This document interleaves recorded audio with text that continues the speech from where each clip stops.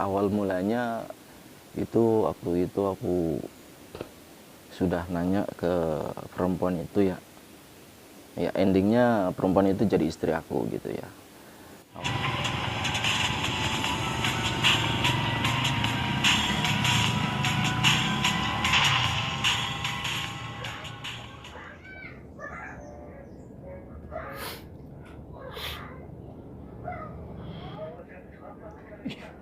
Nomor kelamben. Sabar. Yesus. Sekelampen. Ih, rambutnya sih rewet-rewet. Nah, TV ini urung mati. Wis mati. Wih. Walah. Mikrofonnya urung dipasang. Ya.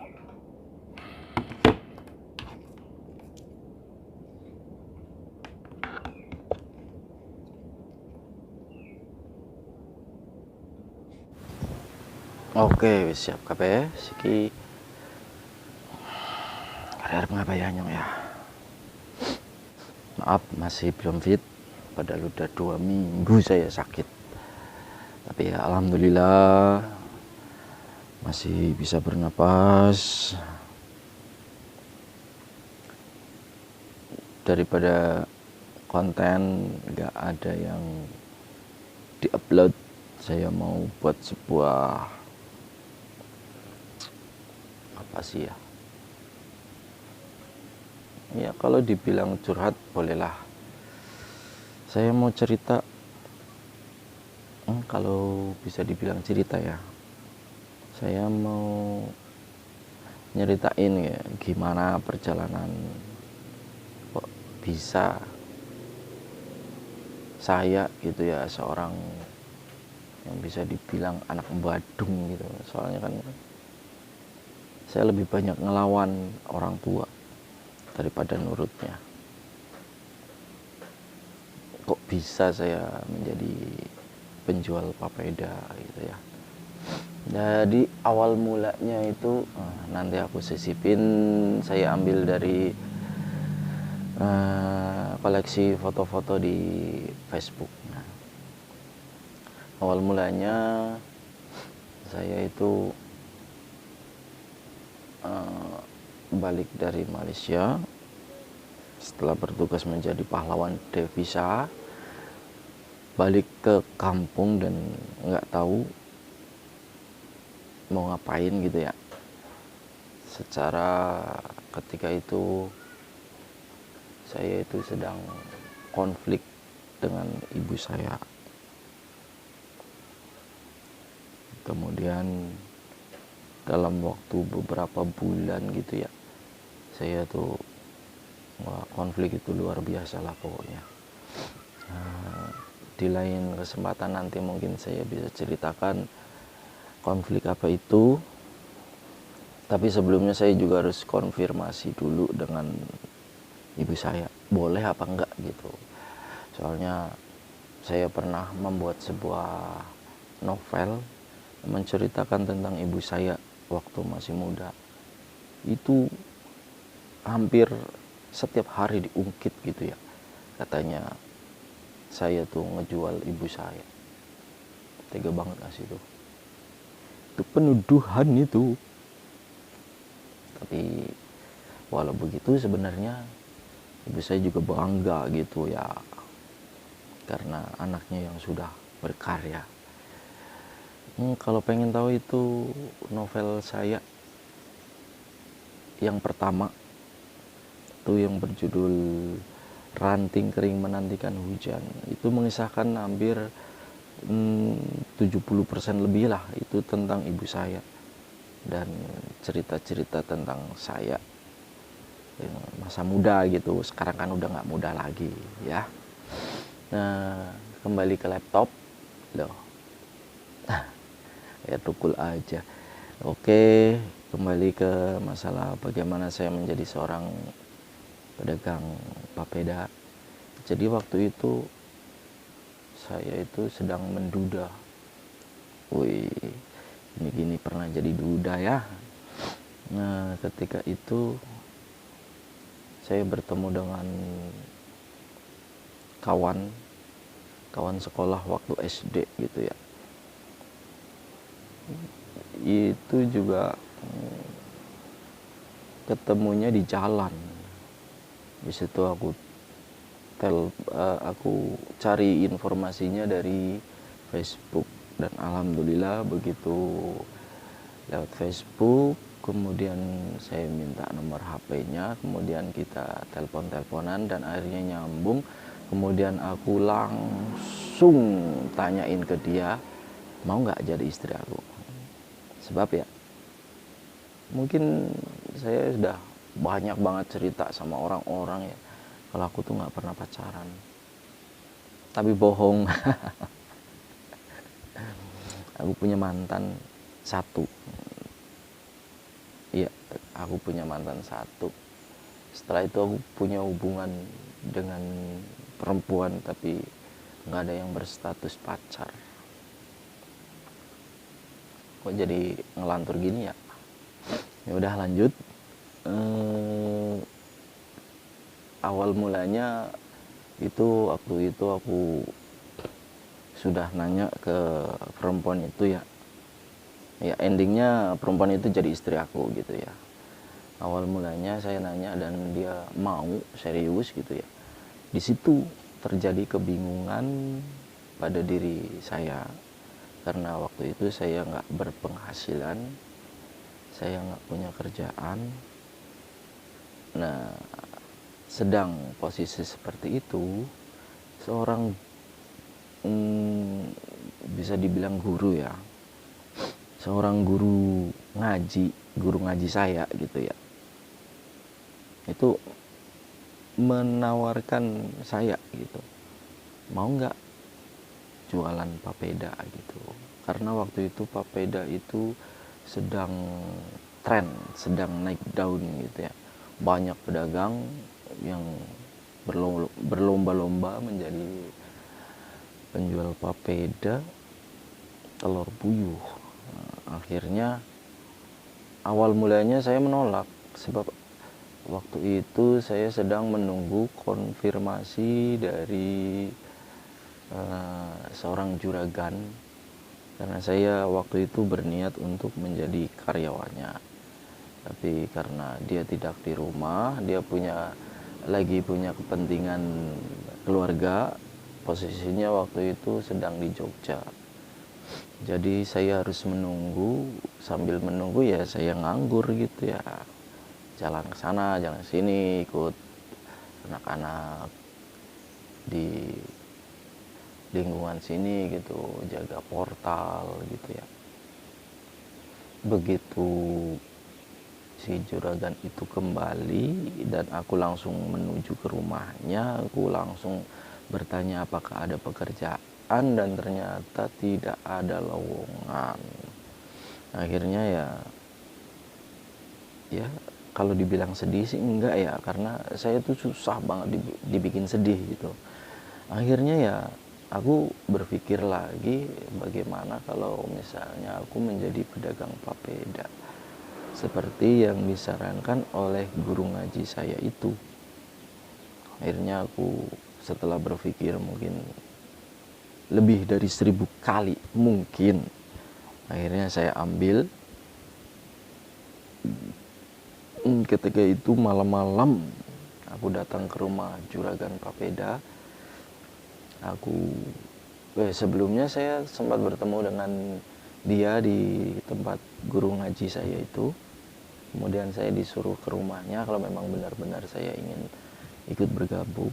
Akhirnya aku malam-malamnya datang ke sana dan langsung mengutarakan keinginan saya untuk berjualan papeda. Akhirnya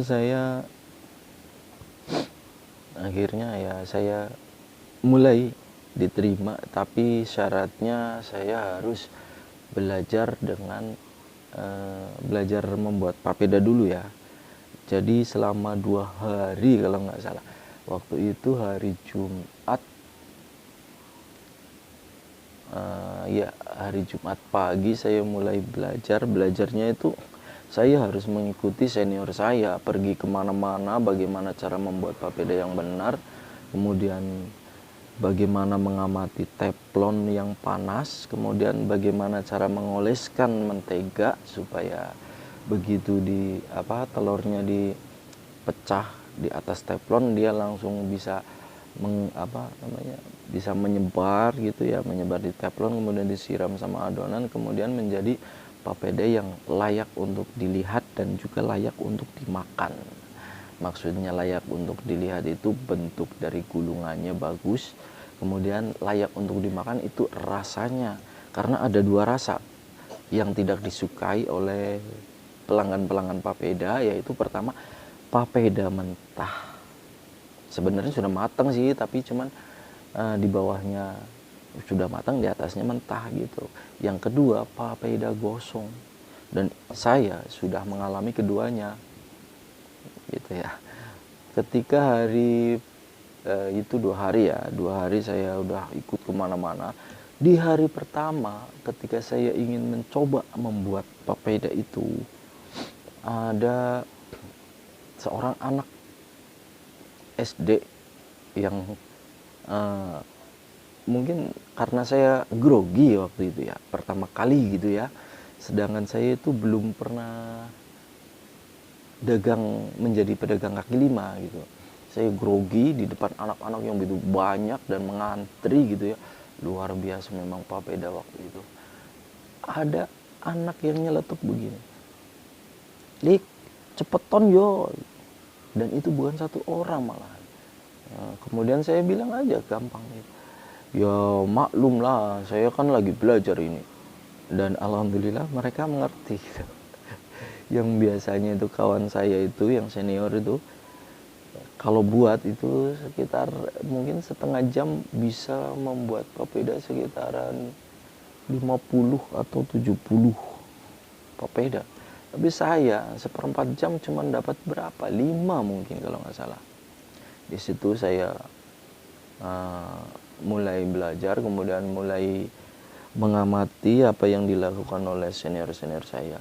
Dan ada benarnya juga saya harus mengikuti senior saya, karena ternyata membuat papeda itu tidak gampang. Itu terbukti hampir semua orang-orang baru yang berdagang papeda itu sangat keteteran gitu ya. Maksudnya keteteran itu sangat kewalahan gitu. Karena ya yang seperti yang saya bilang tadi gitu ya, papeda waktu itu luar biasa gitu.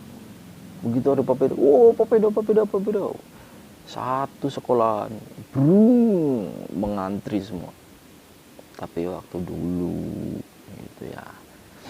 Akhirnya setelah 2 hari saya mengikuti senior saya, dan senior saya kemudian bilang kepada juragannya, katanya, "Udah, si Teguh itu dilepas aja, dikasih gerobogan. Kalau ngikutin saya terus ya mana dia bisa langsung, mana mungkin dia langsung bisa gitu, perlahan pasti bisanya." Akhirnya pas hari minggu pagi waktu itu aku dipercaya untuk membawa satu gerobogan,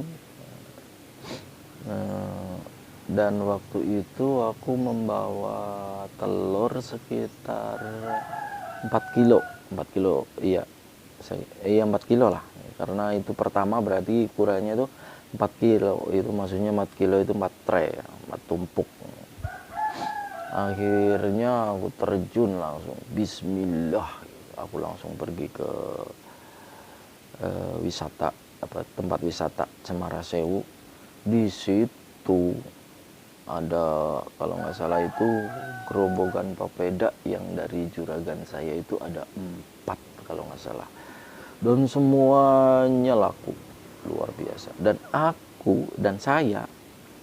saya yang masih junior, masih belia gitu ya, masih baru pertama kali jualan, itu langsung diserbu sama orang-orang, luar biasa waktu itu. Dan ada satu lagi anak yang sudah biasa beli papeda, dan kebetulan tetangga saya gitu ya, dia bisa bilang begini, "Ah, nggak usah beli sama Lik Teguh lah, nanti gosong. Aku waktu itu ya tersinggung sih, kalau nggak tersinggung kebangetan gitu ya. Tapi ya bagaimana, memang keadaan saya saat itu begitu. Jadi belum pandai saya terima, saya nggak marah gitu ya. Begitu hari pertama selesai, aku balik dengan membawa duit sebanyak 200.000. Bayangin, saya nggak pernah loh namanya kerja satu hari dapat 200.000, bawa pulang bersih itu. Saya udah beli rokok, beli jajan, buat makan, itu udah bersih 200.000. Aku langsung kumpulkan itu. Alhamdulillah, dalam waktu kurang lebih 15 hari aku bisa mengumpulkan uang, dan aku langsung belikan cincin untuk calon istriku. Pengalaman yang luar biasa. Dan berhubung waktu ya, mungkin kalau dilanjutin masih bisa, cuman ya biar kalian nggak bosan aja gitu ya, saya cukupkan sampai di sini. Nanti akan saya sambung lagi story saya, entah mau saya kasih judul apa nanti video ini. Tapi semoga kalian bisa terhibur ya dengan pengalaman pribadi saya gitu ya. Ya sebenarnya sih gimana gitu kalau cerita tentang diri sendiri ya. Lain kali saya akan membuat cerita yang mengisahkan tentang orang lain. Kalau bisa ya menceritakan tentang Anda gitu. Nah, ya udah. Untuk sementara terima kasih yang sudah menyaksikan. Assalamualaikum warahmatullahi wabarakatuh.